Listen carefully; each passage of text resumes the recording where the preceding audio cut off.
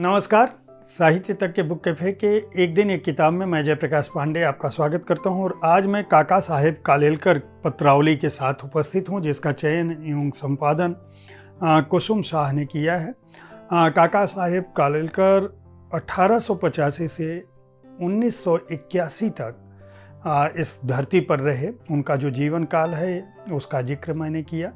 आपका मूल नाम जो है आचार्य दत्तात्रेय बालकृष्ण कालेलकर था। एक संस्कृति चिंतक, शिक्षा शास्त्री, तत्ववेत्ता, साहित्यकार एवं महात्मा गांधी के प्रिय शिष्य के रूप में उनकी व्याप्ति रही। काका साहेब बहुभाषाविद थे। हिंदी, मराठी, गुजराती में उन्होंने विपुल साहित्य की रचना की, जिसमें साहित्य, धर्म, संस्कृति, शिक्षण, समाजशास्त्र, यात्रा साहित्य, चिंतन एवं पत्र साहित्य बहुत उल्लेखनीय हैं। बहुमुखी प्रतिभा के धनी थे। वसुधैव कुटुंबकम के उपासक थे और विश्व कवि के सौंदर्य यानी रविंद्रनाथ टैगोर के सौंदर्य, प्रेम और राष्ट्रपिता महात्मा गांधी के सत्य को उन्होंने अपने जीवन में अंगीकार किया था। इसीलिए उनकी स्थापना ऋषिकुल के रूप में रही है।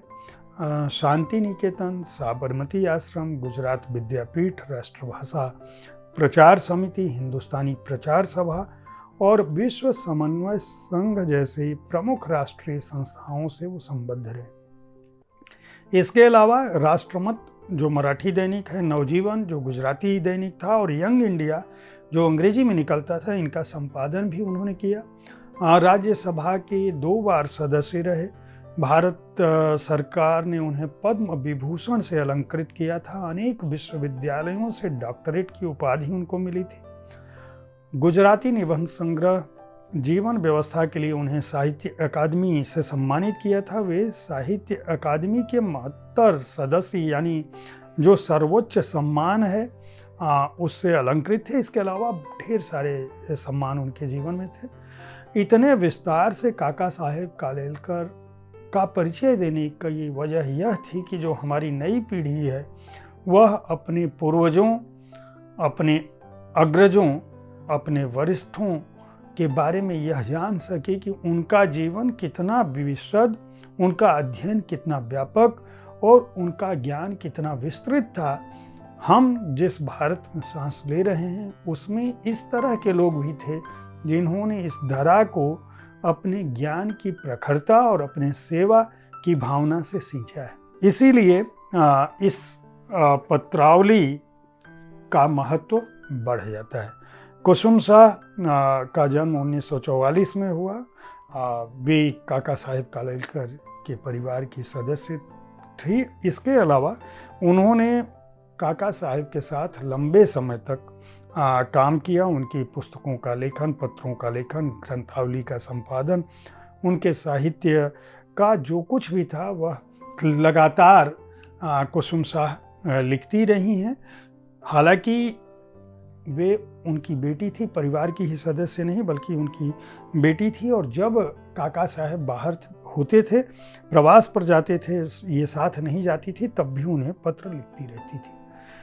इस संकलन में कुल 100 पत्र काका साहेब कालेलकर के हैं जो उनकी ग्रंथावली में चयनित नहीं हो सके थे। उनको जो पत्र उन्होंने लिखे थे उसमें प्रभुदास गांधी को पत्र है, महात्मा गांधी जी को है, पुंडलीक जी को है, आचार्य श्री रामदेव को है, बबल भाई मेहता को है, नेत्रमणि को है, सरोज को है, गांधी जी को लगातार है, पुरुषोत्तम दास टंडन को है, जेठालाल को है, शकुंतला ठक्कर को है, फादर कामिल बुल्के को है। तमाम 100 पत्र हैं। तो आप समझ सकते हैं कि इन पत्रों का क्या व्यापक महत्व होगा। खास बात यह है कि जब आप इन पत्रों से गुजरते हैं तो आपको यह समझ में आता है कि कितने विस्तार से हर विषय को काका साहेब ने छुआ था। चाहे वह स्त्री शिक्षा का प्रश्न हो, चाहे वह साहित्य का प्रश्न हो, चाहे वह कविता का प्रश्न हो, चाहे वह हिंदी भाषा का प्रश्न हो, चाहे वह राष्ट्रभाषा के प्रचार की बात हो, चाहे वह संस्थाओं की स्थापना की बात हो, चाहे आधुनिकता की बात हो, चाहे सांप्रदायिक एकता की बात हो, हिंदू मुस्लिम एकता की बात हो, यहाँ तक कि उस जमाने में जो वरिष्ठ लोग थे उनके स्वास्थ्य की क्या बात है, किस तरह से हमारे समाज में, हमारी संस्थाओं में महिलाओं को स्थान मिल सके, किस तरह से हमारे सभी धर्मों के लोग एक हो सके, किस तरह से कृषि और श्रम के क्षेत्र में सेवा का भाव उपजाया जाए कि हमारे इस देश को विकास का रास्ता मिले। ये सारी बातें। खास बात ये कि वे भारतीय संस्कृति, भारतीय वेद, भारत की ज्ञान परंपरा, उनको भी कहीं भी छोड़ते नहीं हैं। और बाकायदा इस बात का, अगर मैं कुछ पत्रों में जो कुछ हिस्से हैं तो उनको बताऊं, तो वे कहते हैं कि तर्क, बुद्धि, समझ, श्रद्धा, कल्पना, अभ्युपगम, इनमें कोई भी विरोध नहीं है, बशर्ते आप उन्हें जान सकें। वे कहते हैं कि माँ जब बच्चा कहता है तो उसके लिए ये केवल पारिभाषिक शब्द नहीं है, कोई आप्त शब्द नहीं है, बल्कि उसे अलग से समझाने की जरूरत नहीं है कि माँ क्या है।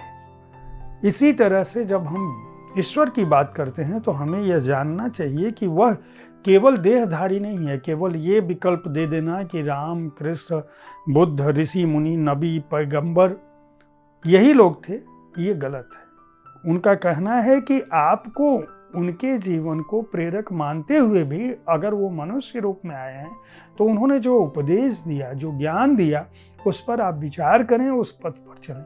आंख मूंद के एकांगी होकर अंधश्रद्धा से अपना जीवन न जिए। क्यों? क्योंकि मनुष्य का जो उसका अपना अनुभव है सही मार्ग पर ले जा सकता है। वो कहते हैं कि सत्य निष्ठा और सत्य परायणता होना एक बात है, लेकिन किसी के भी उपदेश पर तर्क करना आपको कहीं से नास्तिक नहीं बनाता। इसलिए आपको आस्तिकता और नास्तिकता के प्रश्न से इतर होकर समझना पड़ेगा, यही अध्यात्म है। अब आप समझ सकते हैं कि ये चिट्ठी उन्होंने लिखी है, और चिट्ठी में उन्नत जीवन के लिए मनुष्य को क्या करना चाहिए, ये उन्होंने कृपलानी जी को, आचार्य कृपलानी को जो चिट्ठी लिखी थी नई दिल्ली में 1968 में, यह चिट्ठी में शामिल है।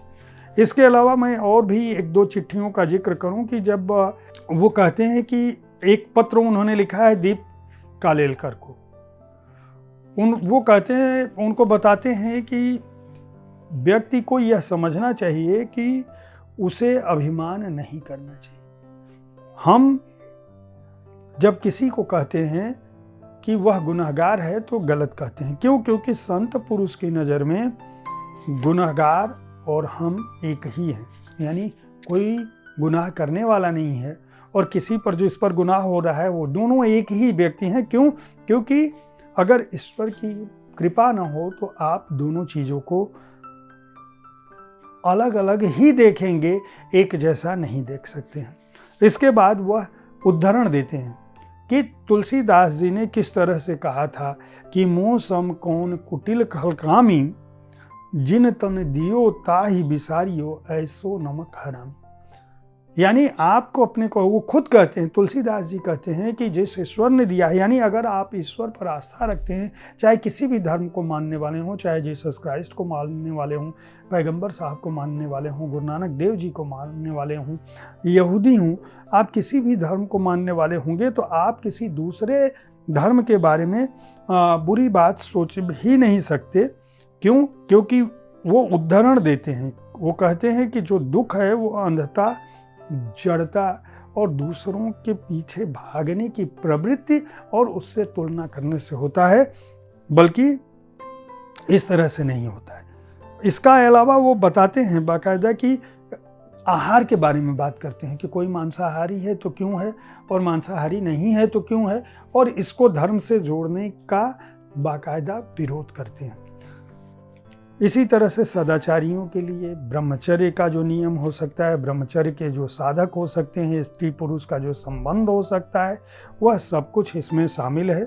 इस पुस्तक की खास बात यह है कि इसमें काका साहेब कालेलकर का जो पत्र है वह पहला पत्र 1923 में उन्होंने जो लिखा था वह है, और आखिरी पत्र 1980 में जो उन्होंने लिखा था वह है।